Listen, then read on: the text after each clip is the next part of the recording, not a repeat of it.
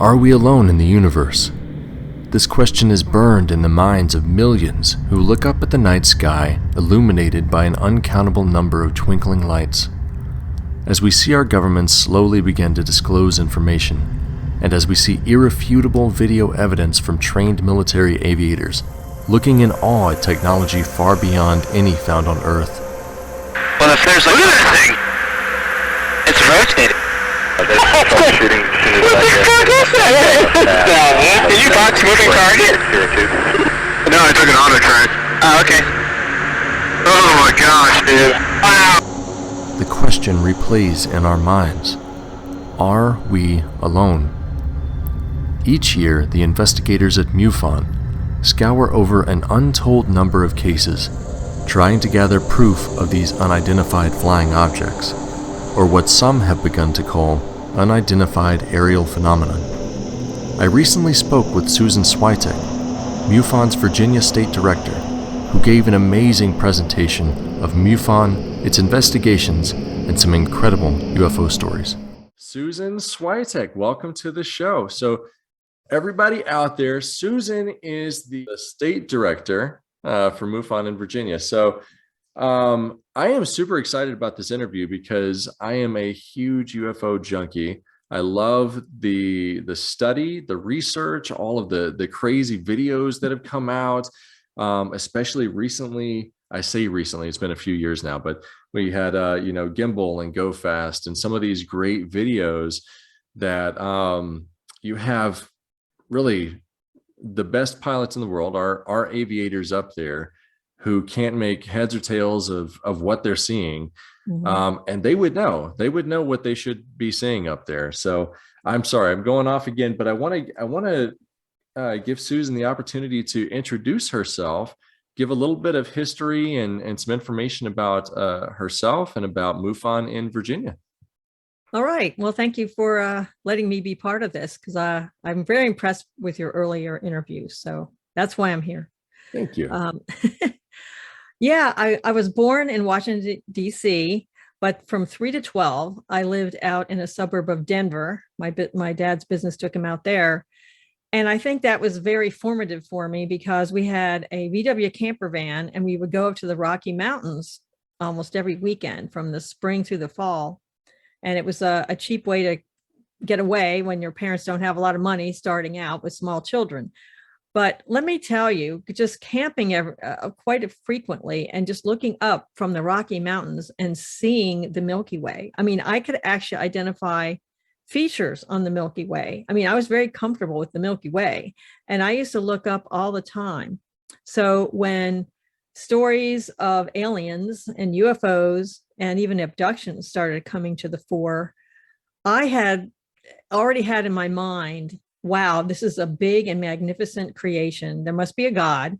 And if there is a God, he's not going to waste all that space. So I felt like there were other beings up there, and that I carry that with me. We moved back to this Washington, D.C. market, Northern Virginia, when I was 12. And I was disappointed in the overcast skies that were constantly overcast skies.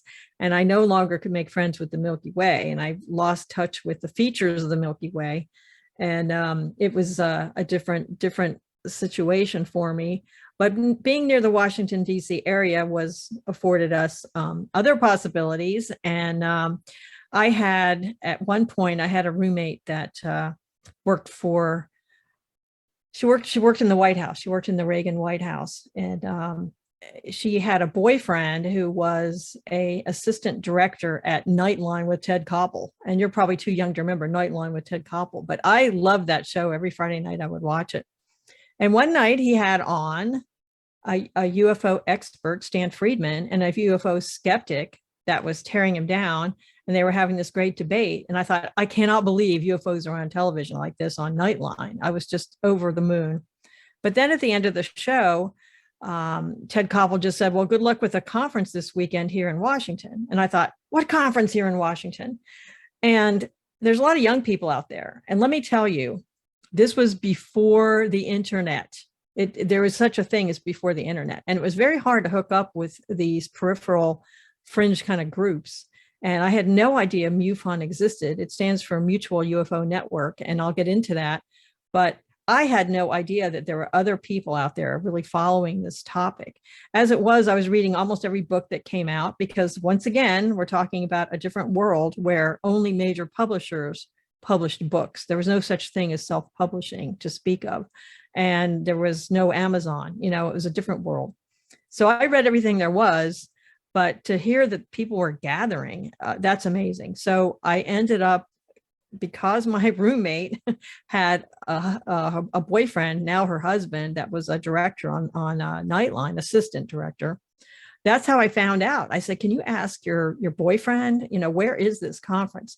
So I ended up going to American University. This was 1987. The Fund for UFO Research, which was a Washington-based group, I later found out, had done the legwork for MUFON and had set up the conference at American University. So I wandered in on Sunday. Saturday, I had to work a double shift in the restaurant. I couldn't work, but couldn't come. But Sunday, I wandered in, and they were sold out, and I was just completely ruined. They're sold out. But security wasn't really tight. And this guy came up to me and said, hey, I'm part of the international panel that's about to come up. Just walk with me and be part of my entourage. So I thought, man, how cool is that? So anyway, that was my introduction to organized ufology. I met a lot of the main people in the Fund for UFO Research, which later became important to me, because I ended up following their activities and eventually getting to go to their meetings. Oh boy. And that's where I met Robert Swiatek, who became my husband. There's a condensed version, but I had a solid interest and quite a knowledge of the subject before I hooked up with Rob Swiatek and the Fund for UFO Research. And really my first activities were with the fund, that we were hanging out with the fund. I lost, after the MUFON conference, which was the summer of '87, I lost touch with those people for a few months anyway, but then people would always come up to me with their UFO stories, their sightings.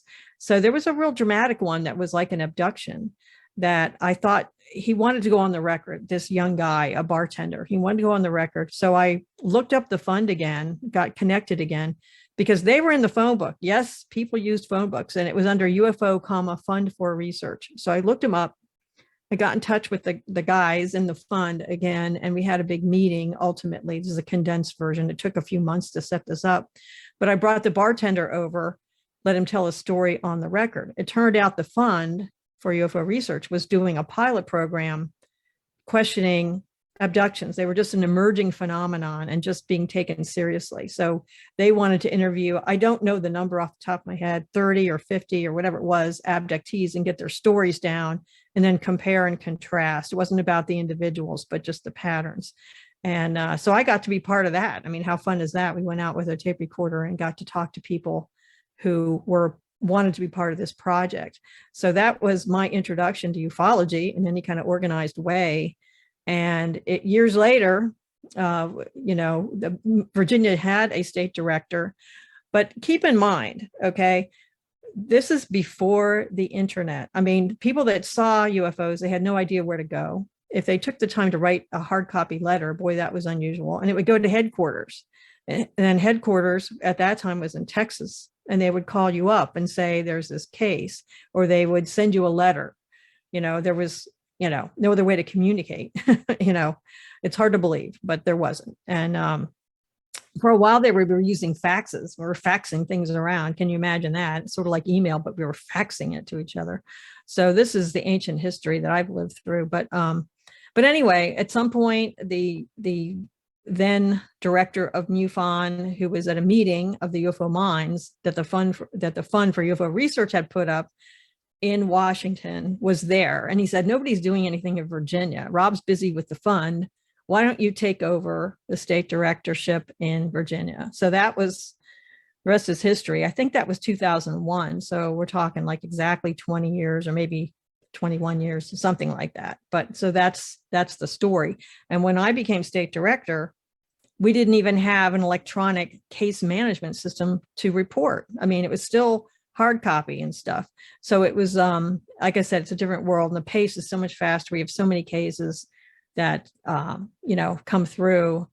It's just phenomenal. The phone calls I get directly because they're on the web under Virginia, find a chapter near you. And it does have I've left, a lot of people have given up on using their phone number on there, but I still allow it on there. So I have my email and my phone. And so people call me out of the blue or email me out of the blue with their sightings. Some of them don't want to go on the record. Some of them don't want to be part of some big database in the sky, but they want a shoulder to cry on or somebody to talk to. So that's part of my role.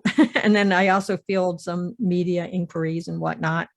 And then eventually, sometimes with my spare time, I look at cases, but we have a lot of cases coming through, and that's where field investigators come into play.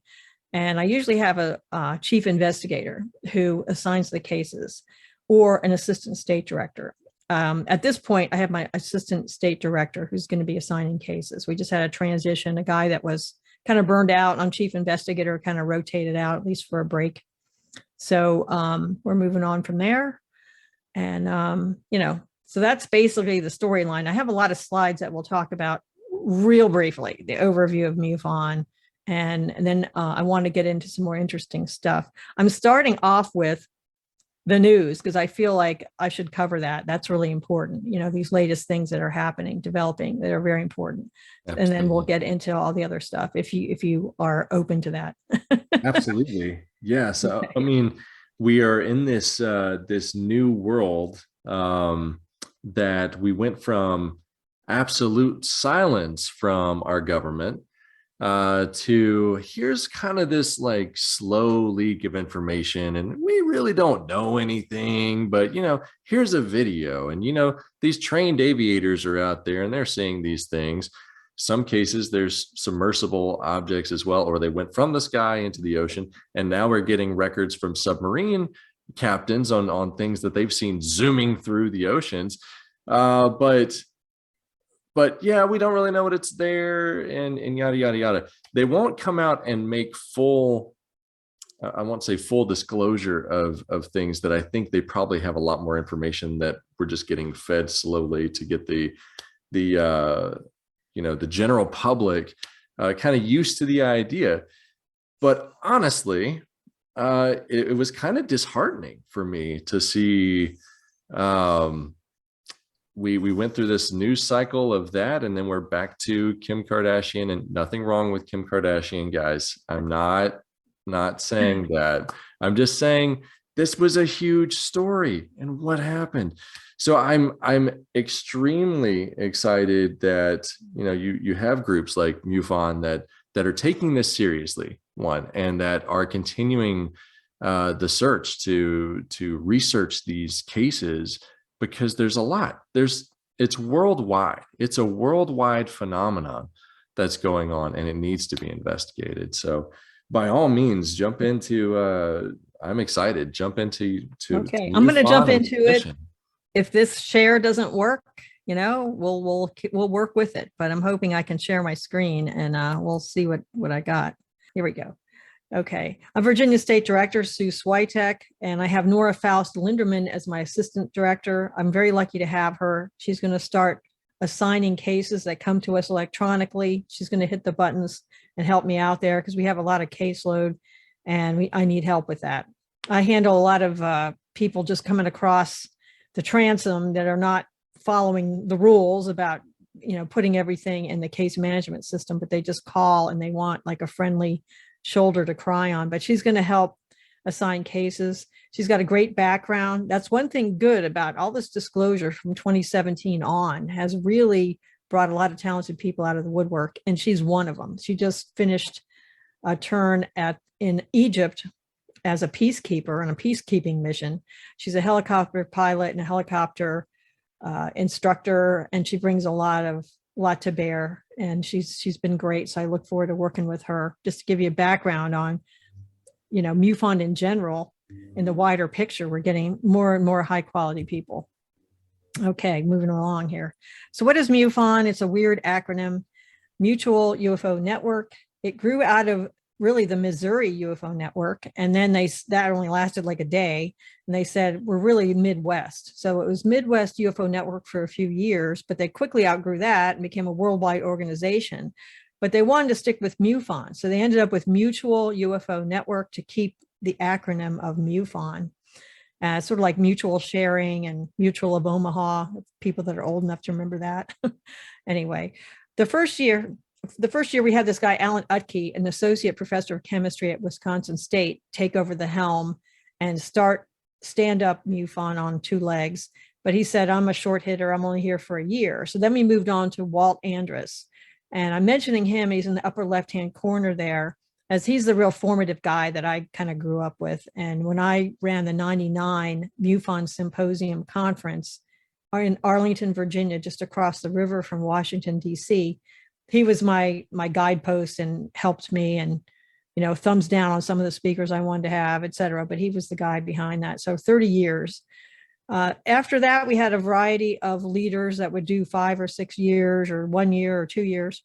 And Dave McDonald was one of those bridge leaders that he took the helm of MUFON for about 18 months. Other people rotated in, and now he's back again. So he's been running the show for about a year and a half again, and onward and upward. He's a pilot. He's a businessman. He has many hours of flight behind him. He owns a small airline, a very small one, out of the Cincinnati airport.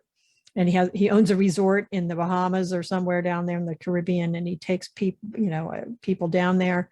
He also has a flight school, an FAA tower control school. I'm not sure exactly what he calls that. And then the third thing, and that the third leg is really getting to be the biggest leg, is drone school, because it's coming to be, if you're going to fly a drone, even a hobby drone, you have to have FAA license and FAA credentials. So that's his biggest part of the business. And it was really great. I went to the 1-day introductory drone school, and it was just the book, you know, like you have to memorize all this stuff. And it was really incredible. So I'm hoping to get a Zoom, get that the drone license working for me, because apparently you can just get anybody that knows how to fly it, like yourself, Roland, or, a 16-year-old, flying it, as long as somebody has a license, is on the premises and is going to, be there in case something goes bad. It's interesting. I found the whole drone thing to be intriguing, because my brother used to fly radio controlled planes for years, and he used to have $1 million worth of insurance. And I kept thinking, how do the drones get by with not having any insurance? I need someone to help me with this. But anyway, so the whole business is growing up. So Dave's really involved in that, but of course he's really involved in MUFON as well. MUFON has a book aspect, and they've worked with this company. 2 companies merged, Red Wheel and Wiser. So now they're called Red Wheel Wiser. How weird is that?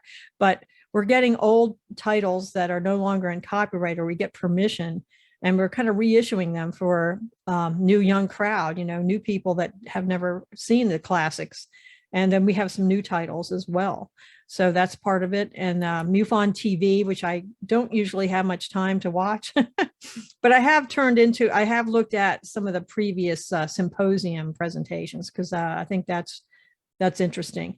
But I did buy a membership just specifically for that, because when you're at the symposium, you're running into so many people that are so fun to talk to, and you end up not sitting there with rapt attention watching the speakers like you probably should be.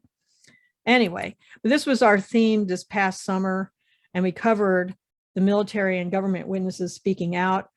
And the weird thing is seeing some of these speakers that I've known for 30 years who were very cagey and really wouldn't say much. And now they feel free, also because they're probably 5 years from the Undertaker, but they feel free to speak out. So that, I think, was really interesting to see. And one of our friends, Colonel Halt of the Rendlesham Bentwaters case, a classic government case, he was there. He's a friend of ours, and we ended up spending some time with him early December out in his West Virginia abode, and that was a lot of fun before the weather got bad in West Virginia. But anyway, so this is MUFON. We're the oldest and the largest UFO organization in the world. Our motto is the scientific study of UFOs for the benefit of humanity, which makes good sense. And our next symposium in 2022 is UFOs in the Spotlight, kind of a generic catch-all title, but that's in July, early July, as you can see there. Go to MUFON.com for all the details and figure out what the speakers are up to. I know we're going to feature abductions quite quite prominently. If you're interested in that subject, I know that already is in place. This is a book that talks about MUFON's, the 50 years of MUFON, 69 to 2019. And actually, my husband and I worked very hard on this thing. He is on the board, if you haven't already gathered that. And Roger Marsh was an editor of the MUFON Journal, and he also got involved with book projects. And he kind of laid out the outline of the thing, but then we took it from there. And it's really a fine publication. So you have to just go to Amazon, but you don't use the word anniversary. MUFON 50 years, and you will end up with this amazing book. And I wrote a lot of content for this book. I tried to keep it funny and light. I tried to remember all the weird, funny things that happened because it's more fun to read. But there's serious case work in there and just a little bit of everything. It's a great book. I highly recommend it. MUFON, to put it in perspective, this is a page of a book that we put out. And the UFO Research Coalition is an organization that all three groups fall under. And the three groups are still active. The fund still is barely active. Same thing with the center. They're not as active, but they're still in existence. And of course, MUFON has kind of taken over the stage, and they're very active. But this information is not necessarily correct anymore because this is just a page of a book.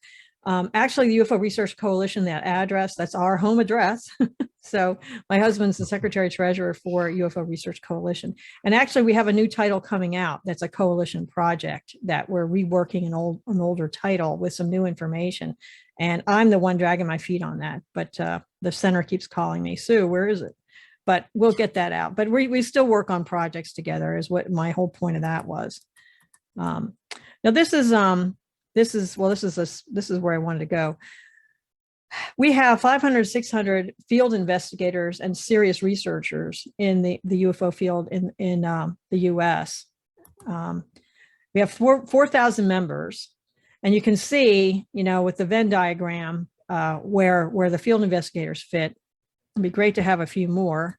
And then here's the humans on Earth slide. I love this. But you can see the serious researchers are very small in here. So I guess the whole point, MUFON put out these slides, these particular grouping here. And the whole point there is we need some more, I guess, is the point. Everyone in the whole world should be interested. This is an example of our the way it looks when you go into our MUFON case management system. You'll hear that term being bandied about, and also CMS. And CMS means our case management system. I did a lot of IT work with the government too, so CMS means something else, but whatever. I never got to my personal background as far as work goes, but I studied art. I got into publishing, with my degree in art, and it was layout, the old-fashioned layout. Computers were just coming in. And then I learned a lot of computerized layout programs and really data programs like SGML and XML. So you can grab your content and it's ready to go on the web or ready to be bundled into a pub or whatever you're going to do with it. So that's how I got involved with federal contracts. And I did, first I did Army regulations and pamphlets, which are general interests, but of course the regulations, obviously we know what those are, Army regs. And then from there, my boss within the contractor group, she went to support the Navy publications, Navy flight. So I supported Navy flight for about 9 years, but I was with a big Beltway bandit, as we call it around here. And they had a lot of their contracts. So I ended up working a lot in the health area. So we did a lot of health contracts, and really health was our main thing. And this Navy stuff was kind of off to the side. So I ended up working in VAERS, which is the Vaccine Adverse Event Reporting System, which is kind of interesting now that I reflect on that. And a bunch of other things, 1-800-CDC info, people call the government looking for health information. And that was a big project, and many more. Let's see, all kinds of trials for cancer that the government was doing. Anyway, it was an interesting life. And now the last 5 years, I bought a vending company. How weird is that? Very poor judgment, because like 2 years later, we have the COVID and nobody's in their offices, nobody's in their schools. But anyway, the CMS system, getting back to this is the cover page for it once you get into it. And if you want to report a UFO, there is a link on MUFON.com right on the first page, report a UFO. Eventually you get into the system. We have a splash screen that's similar to this. It may be a video. They change it all up all the time. But we try to tell people, if you saw this is a Starlink project. This is not a UFO. And we try to explain it to people, but it is complicated because when you see this train, you'll see it again 45 minutes later and again, but in a slightly different position and maybe more spread out, and it's complicated. So when we try to get people to realize that this is not a UFO. Then once you get beyond this splash screen, you can then report your UFO, your sighting or your entity sighting or an abduction, and then the proper team, the proper state team, or we have a team called ERT, which is Experiencer Research Team. They take care of entities and claimed abductions. And, the state director gets involved to some extent, but it's complicated. But anyway, but here's some recent stats for those interested in stats. Calendar year 2021, we just threw this together. The national and international cases, over 5,000. You see the number there, US only. We get mostly US because foreign people don't report it as much. It's probably not as widely known where to report it. I mean, obviously the whole world, China and India and all these places are seeing sightings. They just don't get reported to MUFON. Then the US over, 4,200 plus. US unknowns. This number is a little up in the air because all these cases have not been worked. You have 90 days to work a case. So obviously something reported in December is not complete yet. So this is just a kind of a snapshot of where we are right now. But the unknowns are 887 out of 4,000 plus. That's kind of a high unknown rate. I have a very low unknown rate in my state. In fact, I tell people sometimes that was an unknown. Stop saying it was something prosaic. I think people try to be too conservative in Virginia. But then we have this other number that's interesting, sightings with a craft within 500 feet, 878 sightings in the US where a craft was seen within 500 feet. So this is not the planet Venus, okay? When it's 500 feet or less, people are a little more sure of what they're able to make out details at that point, right? Exactly. I mean, when you see a window or whatever, it's interesting. Okay, now I'm turning the page. I'm going to get into this disclosure thing because I think the news is so exciting that you don't need to make anything up. We have such exciting news right here. The act of disclosing or opening up to view, revelation, discovery, exposure. So that's really what we're living in right now, which is really fascinating. Another fascinating thing I just want to say about disclosure in general is we just had a conference that's up on the Maryland side of the suburbs of Washington. And I ran it for several years, and Dr. Peter Resta has run it for several more years before me and after me. And my husband spoke at the conference, and I did all his slides.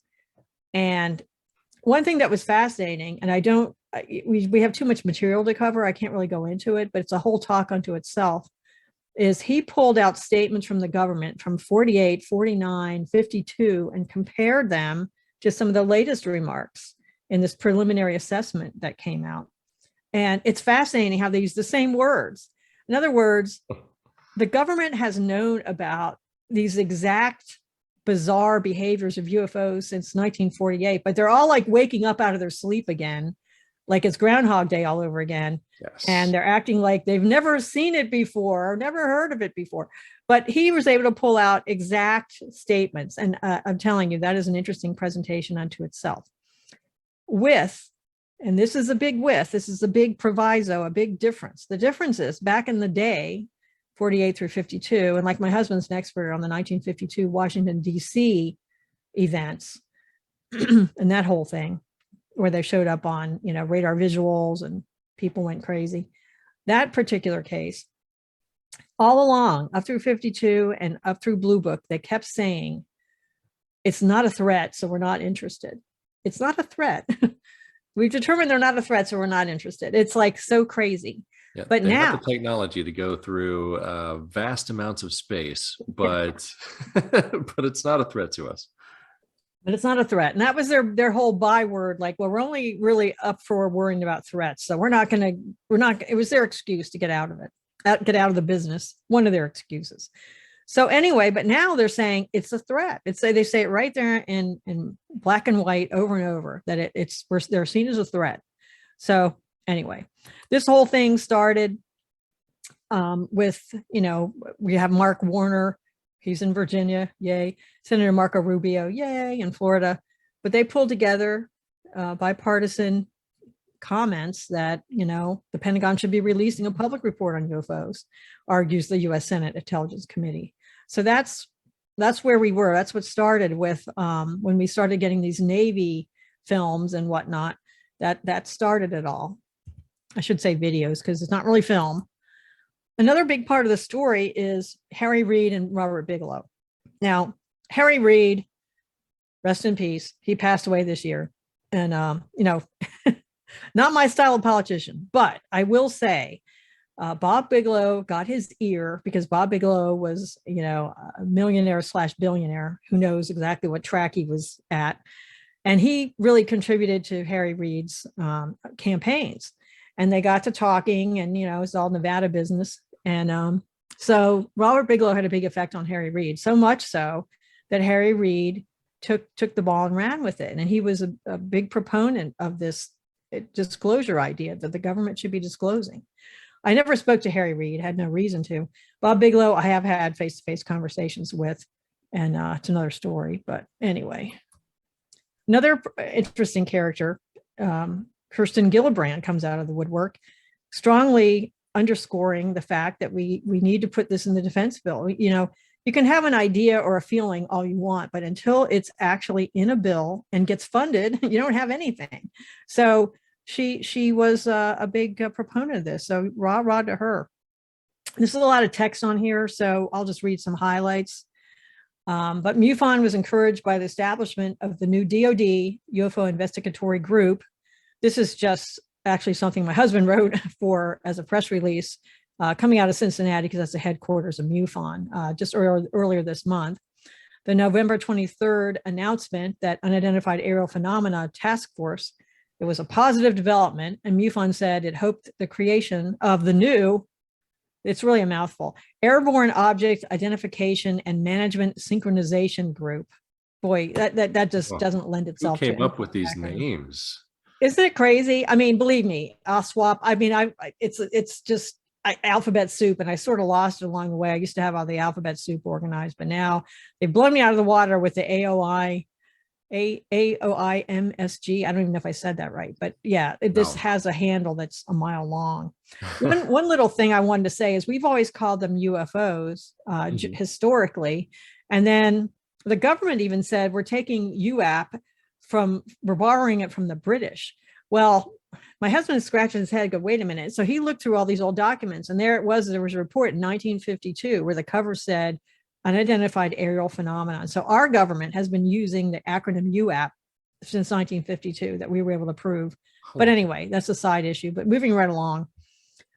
Dave McDonald, the head of MUFON, stated it was gratifying to see the defense establishment acknowledge the reality of a long-term problem, that some type of unknown flying object has been operating in American skies and the skies of the rest of the world, actually, for decades, and always seemingly beyond reach of our latest technology. So he applauds that effort. Okay, we're moving on here. So now the defense bill just got signed by Biden a few days ago. I mean, it's one thing to have a proposed defense bill and get it through the House, then the Senate put it through, but now will it be signed by the president? He did sign it. Apparently, some funding has to be worked out, but pretty much what the defense bill wants, the defense, they get it, the defense, generally speaking. So I don't think we don't have any fear that it won't be funded. Let me put it that way. But the 15 December passage of the NDAA, that's the defense authorization bill, the U.S. government will be back into investigating UFOs in a big way. MUFON welcomes the development, saying, bring it on, the more the merrier. I'm paraphrasing. 52 years earlier, almost to the day, the Air Force announced it was closing Project Blue Book. So here we are, 52 years later, finally picking up on the torch on this. And some of the details are very interesting in this bill. It's hard to comb through the whole thing. I don't know how many pages it is, but They're going to use state-of-the-art equipment, and they're going to include medical studies if needed. I mean, to me, that is a shocker that they even put that in writing. And I could talk about that all night.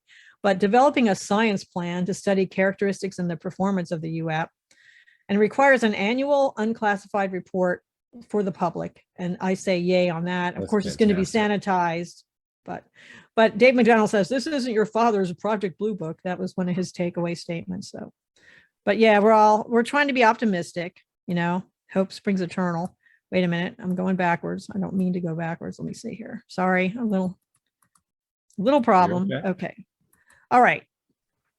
This is an annual conference, like I said, we participate in, and I ran it for several years, but Dr. Peter Resta runs it now, Mysteries of Space and Sky. However, it is kind of like its own footprint in the world. So it runs every late October or early November.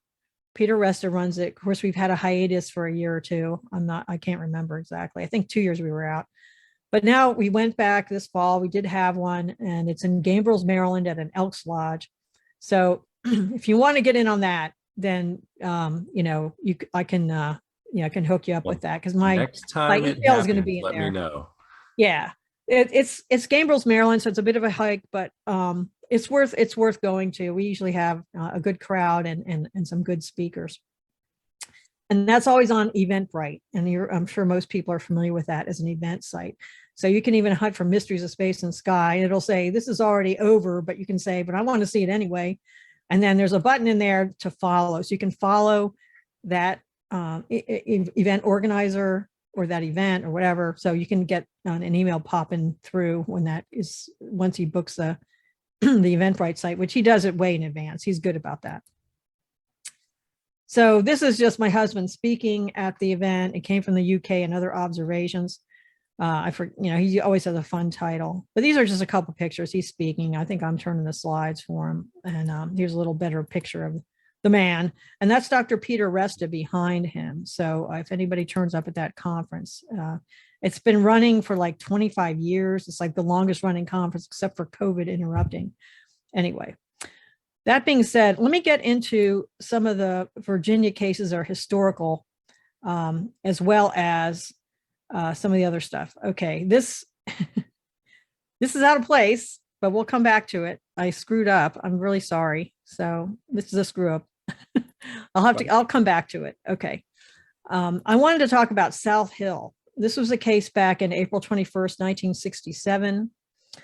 And this old NICAPper, Don Berliner, who actually then stepped in to be the head of the Fund for UFO Research, is somebody I've known for many, many years. He's still alive. He's retired out in,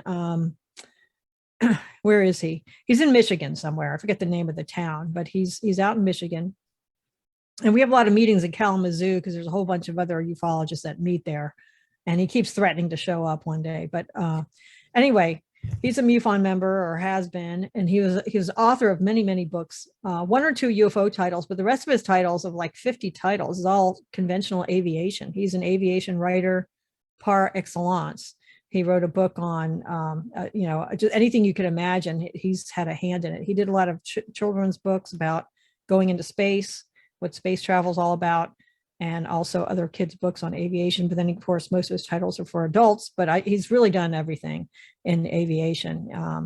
He's really quite amazing. He's photographed almost every plane that has flown that was generally available, not experimental or 3 prototypes or something like that, but every aircraft almost in the sky he's taking a picture of. But anyway, he's a good guy. He was the man on the scene during this investigation. A warehouse manager, Cliff Crowder, observed a large object with 4 legs taking off from a road in a blinding blast.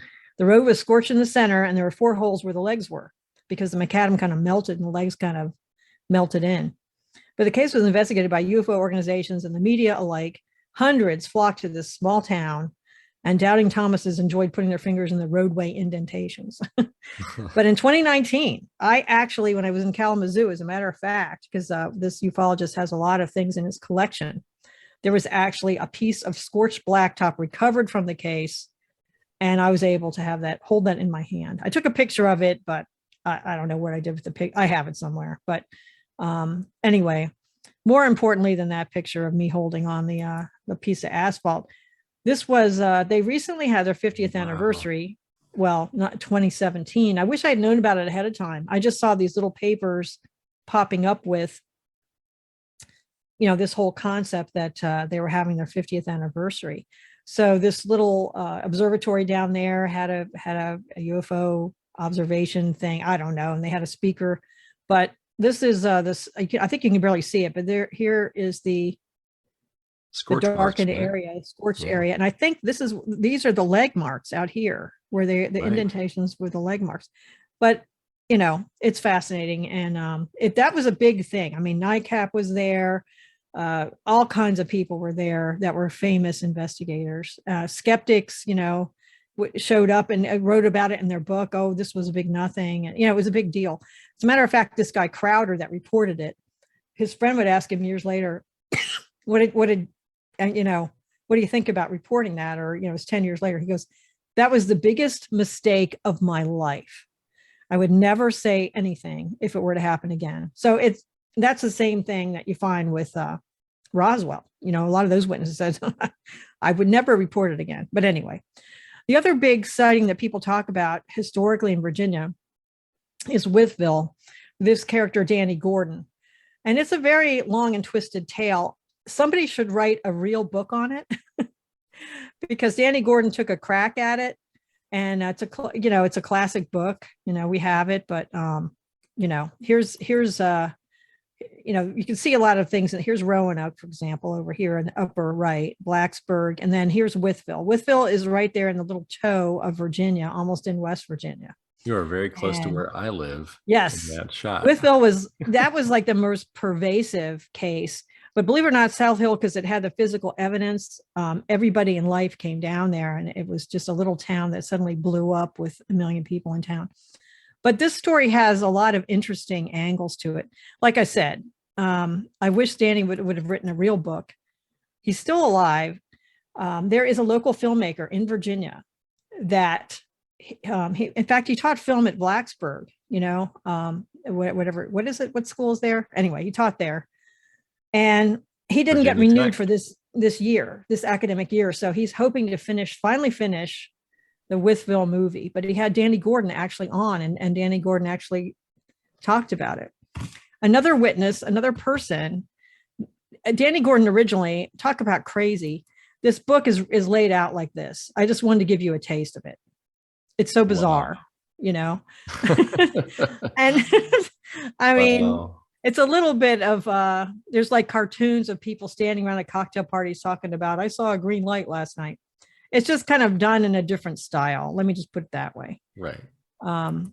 These are just example pages, but see, Danny Gordon, news director at the radio station WYVE in Withville, found out the hard way when people started calling him about UFOs originally.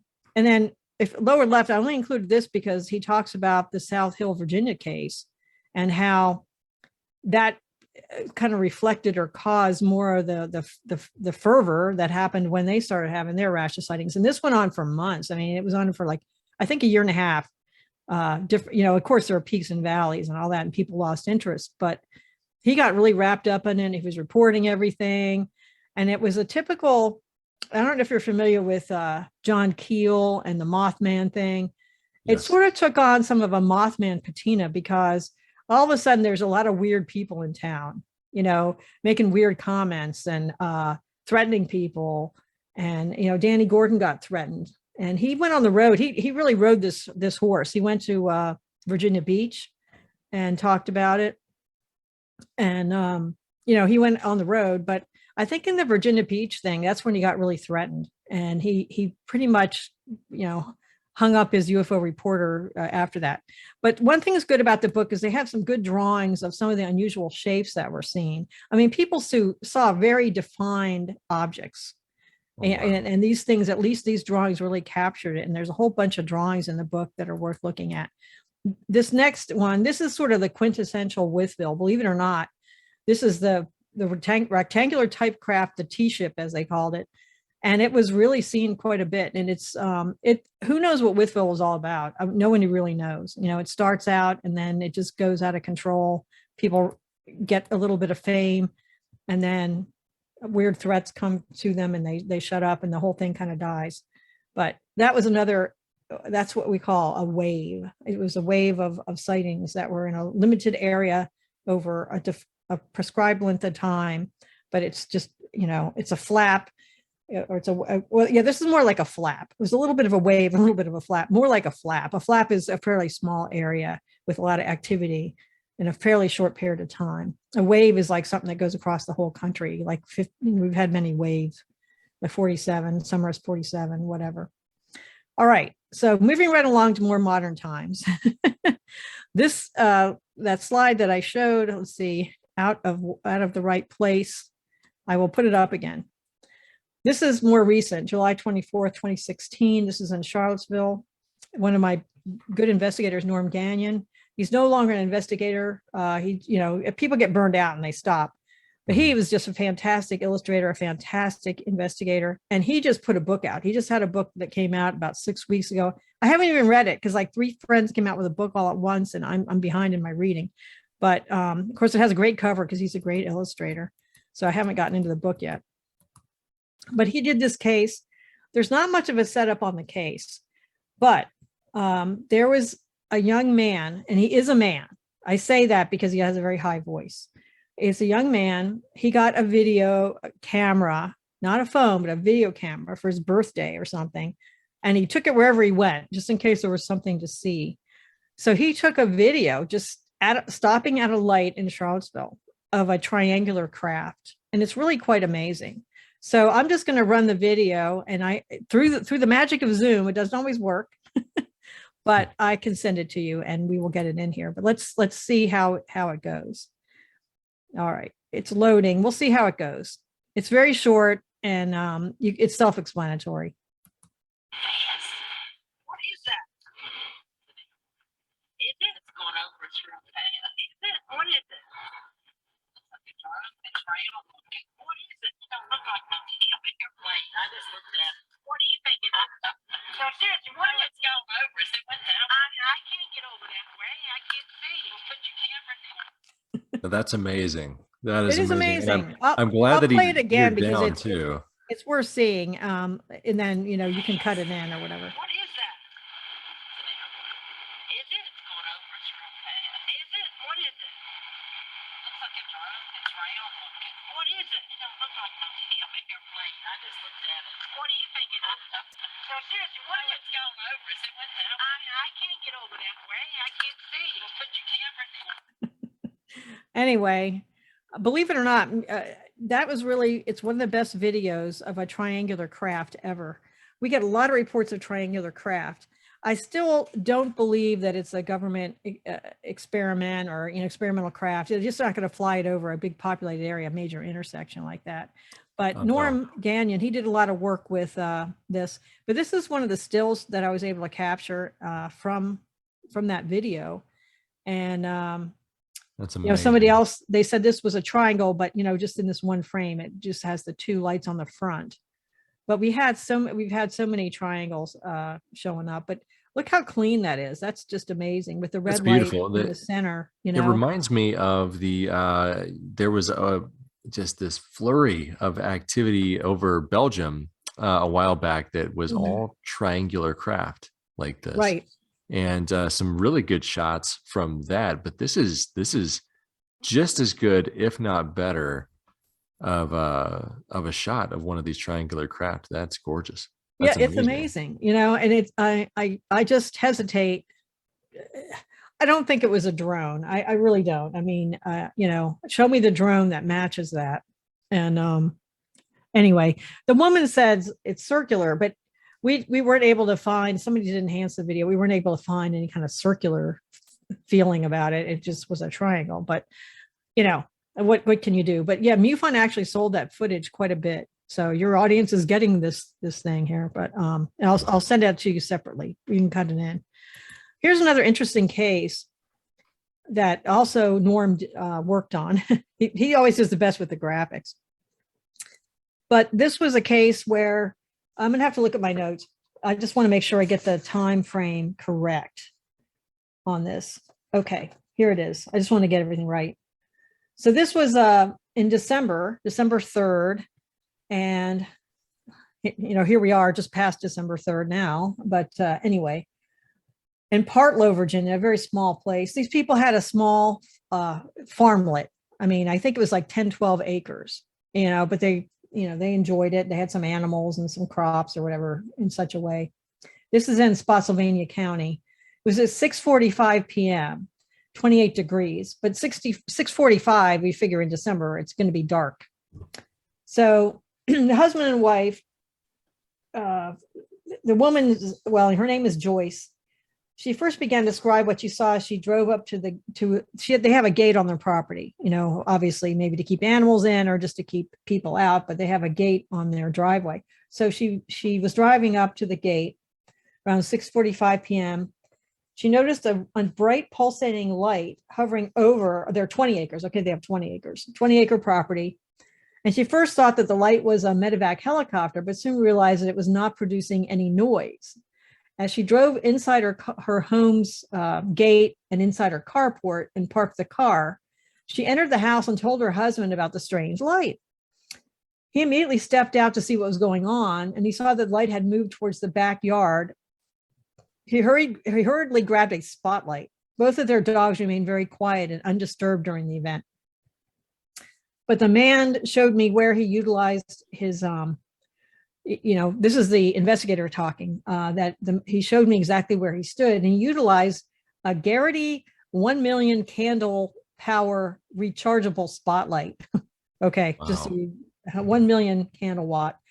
And he first signaled the UFO, which was positioned approximately 800 yards away and about 20 feet off the ground. And this is approximately what he saw. After he flashed his spotlight on and off 3 times, the UFO dimmed down significantly for a few seconds and then returned back to its full intensity. Randy walked back to the backyard to get a better look at the light, and he turned off the spotlight 3 times again. The UFO dimmed down and back up again, same behavior. As he tried walking further, his path was quickly halted from what he described as a dark brown flying thing that abruptly swooshed in front of him from left to right, and it made him jump a little. He tried to contemplate what had just happened, but he immediately noticed a large gliding rectangular shadow being cast upon the ground by the object that he felt was hovering above him, blocking the moonlight. This whole thing made him very uncomfortable, but he was determined to find out what the light was. He and his wife decided to jump into their car and get closer to where the light was now hovering as it was going westward. Anyway, they followed this thing and drove through, the different roads in the sort of the neighborhood, if you want to call it a neighborhood, with these small farms. They were in hot pursuit of the UFO. They drove around the main road. Anyway, as soon as they left their driveway that night, their car's center console started to generate the strangest noise, like a crackling or high-pitched rattling. It lasted about 30 seconds. This was the first and the last time they'd ever heard that bizarre clatter. Driving about 4 miles on the winding road, they passed a harvested cornfield. Randy pointed to the left side of the roadway to show me where they both saw a man standing next to a parked car. The guy was just standing there in a daze next to his Ford Taurus with his head looking up into the sky, oblivious to us. He just kept looking up, frozen, as we drove by. I bring that up because, it's 28 degrees out, but here's this guy just sort of like hypnotized, standing out by his car, kind of weird. What happened to that guy, you wonder. Anyway, a few yards away, we made a slight right onto this particular road that he mentions. And he said, this is the spot that a coyote crossed the road right in front of the car. But shortly afterwards, we pulled over to view an empty field that had a row of young pine trees about 150 yards away. I'm getting to a punchline. It's worth hearing all this. There was a forest further back. Randy and I exited the car and walked a few feet. Then he showed me, here it was. This is a harvested field. This is December. There's just kind of like stalks out there that are kind of like lumped off or something. And he said in the distance on the horizon, they saw a phantom house. He said, what the heck? He and his wife had seen previously a phantom house like on the horizon. And they said it made no sense. The UFO was to the left of the house, and what happened was this phantom house, they were like, there's no house there. What the heck? We know our neighborhood.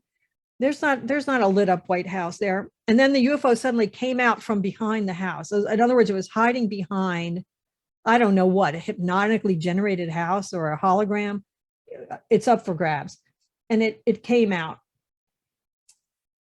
I took my flashlight and flashed at it. It dimmed down, but it became brighter again. It changed into a different shape, a large bluish white glowing ring that had an oval disc at its center. And the disc did reflect the moonlight as well. A few seconds later, the ring disappeared. And I'll show you what he came up with. He added that the UFO just reappeared shortly after in its original form, but further to the right of the house. And once again, it was on the move. They got into their car, followed the light for another 6 miles or so, but got tired of the chase, turned around and drove back home. Randy also said that as they followed the moving light, it really did not appear to move away per se. The UFO remained the same size, brightness, and span. The total distance that was driven one way ended up being 10.4 miles. Both Randy and Joyce have twice visited that same location where they saw the UFO and the strange phantom house, but no luck. They know where they were, and there is no two-story house with a black roof and shutters, but the thing was there. And that's a common thing too. A lot of witnesses will see a cover story or something implanted by aliens, who knows? But this is the drawing. This was done by the witness. He said that it was symmetrical. It's just like the witness tried to draw it. And it had like the top part, a cupola or whatever, cupola. Underneath that, there was a little, I don't know if you can see it, but there's a little purple glow. And then similarly under the disc, the entire thing has a purple glow. And then the whole thing had this blue ring that was kind of stepped away from the craft, like a halo. It was very strange. So this is the best Norm could do. He came up with this combination of the phantom house with a UFO coming from behind the house. And anyway, it's a really weird case. And it also involved, the neighbor that was kind of just kind of stuck outside by his house, kind of staring into nothingness. And you just wonder what the whole story was with that case. But that's some of the local cases. I could go on all night with some of these cases. Here's a new book that just came out. I have no connection to it, except I did know Calm Kelleher. He was at an event of ours, and he was talking about Skinwalker before anybody was. He said the weirdest thing is happening, and we're getting the first articles coming out in a magazine, but eventually a book's going to be written. And George Knapp, I've had him as a speaker a few times in the area. Now he's gotten a little long in the tooth. He's a little older, and he doesn't want to come out as much. But this is the second book on Skinwalker. And let me tell you, it's really hair raising. If you read the first book, you got to read this one because it goes way beyond, and it gets very much into paranormal. And it's a very frightening book, but it takes you way beyond the original book, if anybody's interested. I'm going to wrap up. I just have 2 more slides. I like to make fun of Neil deGrasse Tyson because, he never has a good response to these disclosures. Call me when you have a dinner invite from an alien. It's a very similar response. I went out to see a talk by a George Mason University teacher in physics. He's very old school. He wasn't up to date. And he just was saying, oh, there's so many illusions out there. And, he just tried to sweep it all under the rug. And I'm like, you're kidding me. You're still using the playbook from 1962.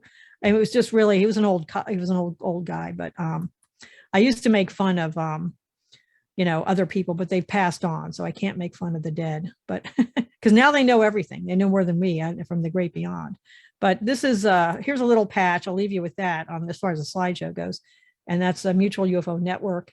The patch we have, we give this to investigators. And this is a very stylized version of a sighting that happened over Virginia Beach with 2 witnesses that were pilots and some really bizarre goings on with many, many discs doing really crazy formations. And that's a historical case. But I will leave you with that. I just want to say that was some amazing stories. Oh my gosh, especially the house, because I've heard stories about holograms, or perhaps take for instance, you might recall the Chilean Navy testing out cameras on some of their helicopters. And gosh, I'm trying to remember when this was. Up here, I have it in my notes. It was November of 2014. So they were going up along the coast, testing these new cameras on their helicopter, and they're flipping through different settings on the camera, and they finally get to a setting where they see something that is not there under normal view of the camera. When they switch to infrared, they see an object, and that object starts releasing a gas into the atmosphere. It's an amazing piece of evidence, but it's not visible by the naked eye, only in infrared. And so that begs the question, what types of cloaking or and then this instance possibly holographic technology are they using to camouflage themselves out of view? A passing car might not think anything of it, Mm-hmm. But that's really, really amazing Yeah, stuff. it's very strange. It could be a hologram, I guess, but it also could be what they call a screen memory. But to me, it begs the question, or it makes it difficult when you have two people. Follow you do, you're able to project in two minds simultaneously that you're seeing the same thing.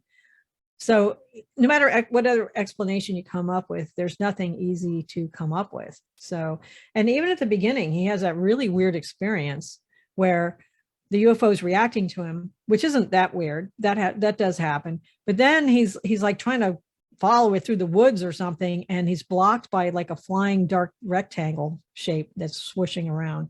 And he felt like it was warning him, so he stopped pursuing it. But then they do get in the car and give chase. I have no idea what the whole purpose of that was. And I still don't know whether they had missing time, because apparently they didn't, but you wonder. And I certainly wonder about the person standing in the middle of nowhere out by their car, just staring and zoning out at the sky. That's got to be weird.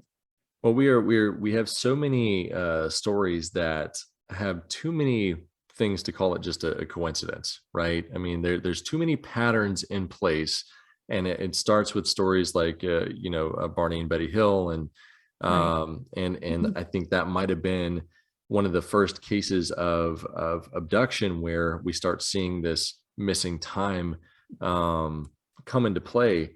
But that's actually one thing that I wanted to ask you about was, are there any significant cases of abductions here in Virginia that you know about? Also, Right. it's one of those things that you mentioned abduction. It's hard to you can't say anything about these objects that these pilots are seeing. I mean, we have video proof that the Pentagon has released. We know they're there, right?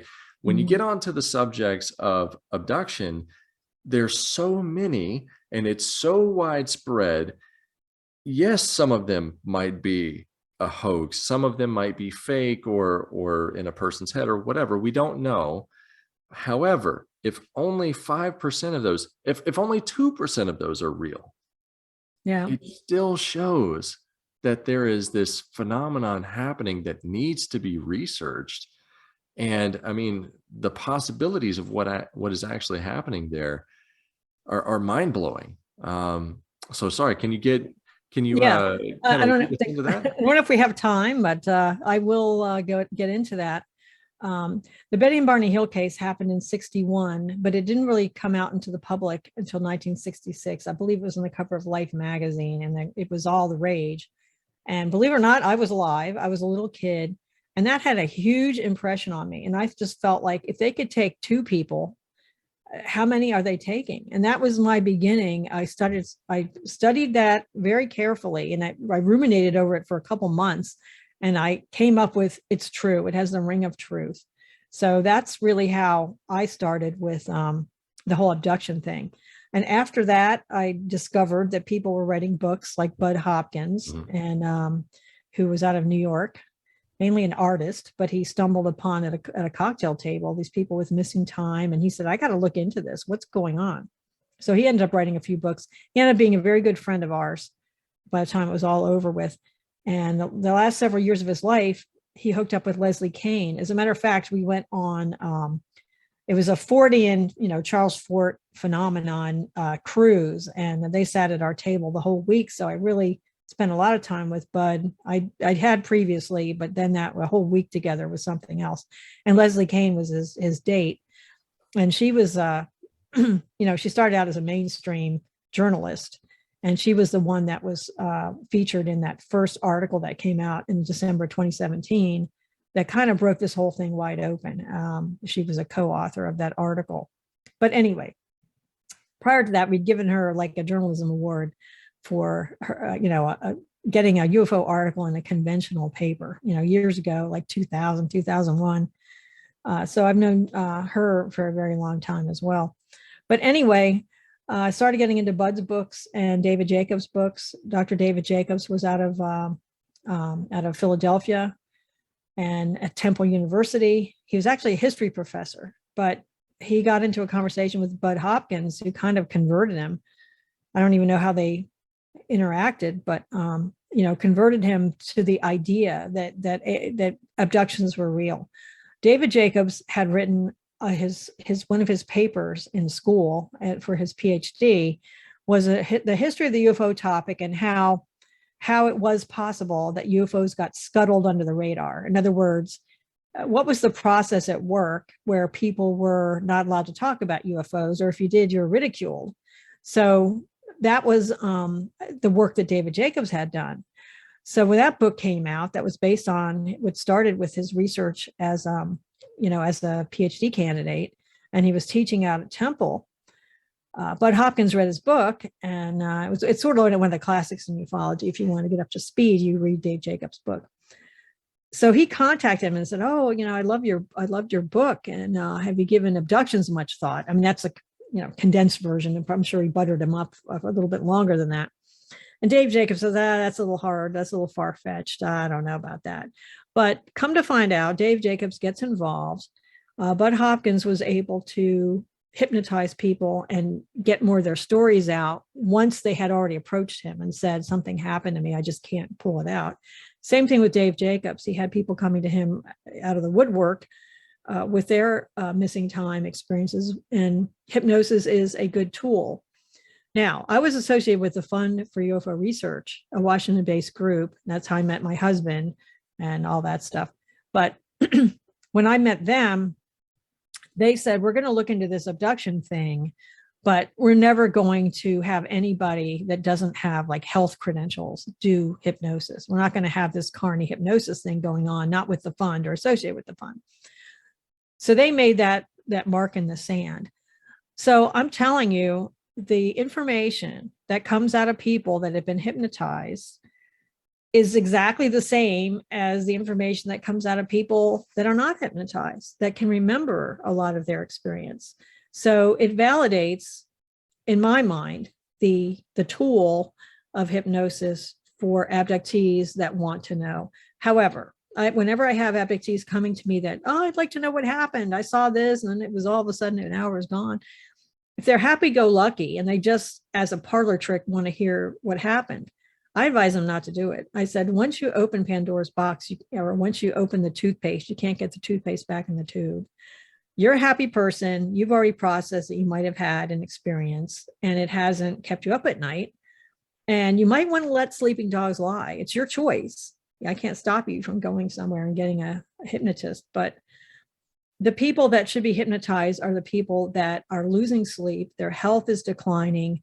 They are an anxious wreck, and they can only go up. They can't get any lower. So I recommend to those people, explore it, because it'll help you process it.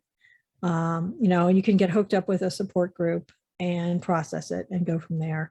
But getting back to MUFON, I want to say that for many years, MUFON didn't know what to do with abductions or very close encounters. They were kind of like the old school slide rule type guys that were kicking the tires. Like, they didn't want to hear that people were abducted. It was too freaky. So it took us a couple decades really to set up a program. But now we've had a program in place. I think it's about 4 or 5 years now, and it's called the ERT. It's like, it used to be the experiencer research team, but then they realized with an individual telling a story, you can't do much research. So now they call it the experiencer resource team. And they point these people to resources to help, because they feel like most of the people have a mental health background that are involved in that project. And we have a very good one in Virginia. And she's got a huge mental health background. You know, she's a nurse and and she's got a master's of social work and this and that, and she's clinical psychologist kind of work. So that was the perfect background. So she started working with the abductees. She didn't know anything about it when she started. She knew nothing.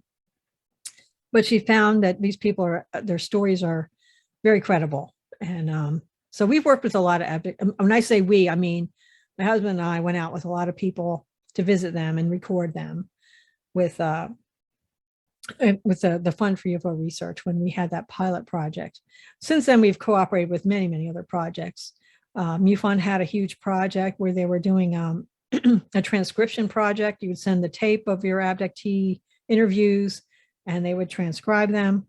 So we tend to use the word experiencer because some people don't want to be labeled as an abductee because they feel like they've been contacted, but they don't want that negative terminology. So that's why we use experiencer, but it's the same thing, you know, same diff. You know, if someone sees an entity, there's a good chance that entity interacted with you, whether you want to admit it or not. If they let you see them, guess what? That memory is probably more things going on than you might want to admit. So that's why it's called experiencer. Some people just want to, you know, say they had an experience or a close-up sighting. It's hard for them to admit they're an abductee, but we'll put them in that group of people that had a very close encounter or, you know, an experience. So that's how that gets done. That's always being changed. We're trying to find new ways to look at the whole situation. But I could talk for about 10 hours about abduction. I absolutely, I think that is extremely fascinating because like I said, if only 2%, 0.5% of it is true. Yeah. Well, this is interesting. We did a real quick, we had a thing with Omni magazine back when Omni magazine was a big science fiction magazine. And we had a questionnaire and we tried to build a good questionnaire. We had some people on the project that were, you know, PhDs that did questionnaires. And, you know, there were some people that knew something on how to construct a questionnaire. Though we got people complained bitterly later, oh, you didn't use this group or that group to create your questionnaire. I forgot how many questions there were. It wasn't like too long. It was like, you know, I don't know, 40 questions or something. But in the end, they had a way of looking at it, like Bud Hopkins helped, Dave Jacobs, these people helped. And we determined, believe it or not, it was just the people that picked up Omni magazine, because it was a huge magazine back then. We had a huge reaction to this questionnaire. And it came out that 2% of people have been abducted. And we extrapolated that to the general population, that 2% of people have had a close encounter or been abducted. Wow. And that may seem very high. That may seem extremely high in your mind, but it's not. I went to a high school reunion. We had, 600 plus people in my high school, but not everybody showed up. And this was like a happy hour. I looked around the room and there were, give or take, about 50 people there at the moment. And I started talking to people, and this woman came up to me and my friend, who was also in the same graduating class. And she said, I remember you. I think I remember you, but I remember, I dropped my pencils and you picked them up, referring to my friend, and this and that. And she started chatting. And she said, how come you guys are still friends after all these years? And we hemmed and hawed at first because you don't know what people are going to think. But I finally said, well, we're both interested in UFOs. And she said, that's so amazing. That's incredible. I sort of like astronomy myself. But anyway, real quick, she told this story of her and her friend, a gal friend, went out just way out, west of the city, and just sat in a big field, put a blanket down, got a couple beers, and, laid back just to watch the sky. And they had a couple gulps of beer, but then they saw this white light just coming right for them. And they just said, wow, would you look at that? Can you believe that? Look at that. It's coming for us. Wow. What in the heck? That's the last thing she remembers. Wow. The next scene in her mind was at her friend's house in the kitchen. They were both lying down in the kitchen, just like they were out in the field. And they both woke up and said, what the hell? We're laying down in your kitchen. And she ran out the door to see where her truck was. She's like, I don't remember driving back. What the hell? And the truck was in the driveway, thank God. But she has no idea what happened. And she said, isn't that weird? Yeah, it's real weird. But, she needs to be regressed to figure out what's going on there. Obviously, that's not normal. She said, we weren't drunk. I'm telling you, we weren't drunk. We were only going to have a couple beers anyway, but I only got one big gulp in. And that light started drawing a bead on us. It was so weird. It was coming closer and closer. And I'm like, what the heck? And that was it. So that's out of 50 people. I mean, we don't know the rest of the story, but there are 50 people in the room. Boom. So many people have said, oh, it can't be that high, or, your guys are crazy, but I'm telling you, it works. If you are in a bookstore and you run into people, we don't have bookstores anymore, or very few, but it's amazing. If there's 50, they always say if there's 50 people, the chances of two people having the same birthday just out of the 365 days of the year, not, are 100% or close to 100%. If you have 50 people, you'll have a match of birthdays. Well, I say the same thing. You have 50 people, you're going to have somebody that, my best friend, Melanie, well, I shouldn't use her name, but the one that was with me at that situation with the, at the reunion, she did Mary Kay for years. She was trained as a nurse, but while she was raising her kids, she gave up nursing. It was too draining. And she raised her kids. And she just did Mary Kay part-time, Mary Kay Cosmetics. And so she had a team of like 7-8 people on her Mary Kay team. So here it is, just a team of 7-8 people. And this one woman told me she had one of her party, just a Mary Kay party at her house. And one of the women said to me, oh, one time I woke up in the night when I was a kid and I ran to the back window off the kitchen that faced the backyard. And there was like a big UFO there. And an alien came up to the window and looked at me. But then she said to me, but that's all that happened. Like, a lot of people put their foot down and go, that's all I'm willing to. Well, an alien is not going to land in your backyard and walk up to the back window just to say hi. I'm sorry. I wish they did, but they don't. Looking at the zoo exhibit, I guess. There was more to it than that. There always is. And, we could talk all night, and this is beyond an hour. Lost memory. But I mean, people might think that that's a high number, but then I kind of think back to the fact that, we're in a galaxy, one of hundreds of billions of galaxies that we can see in the night sky, not the ones that we can't see. And in our galaxy, we have hundreds of billions of stars, and each one of those stars could have planets around it, possibly one or two or more that could have life. It could be an extremely busy neighborhood. We could have tons of different species, even not just one or two, but tons of different species coming to our planet. Right. So I mean, there's a whole list of scenarios that's out there. Right. But I think this is a fantastic primer for people that are interested in this field, that maybe want to get into the research as well. If you guys are out there, you want to check out MUFON, I'm going to post some links to their sites.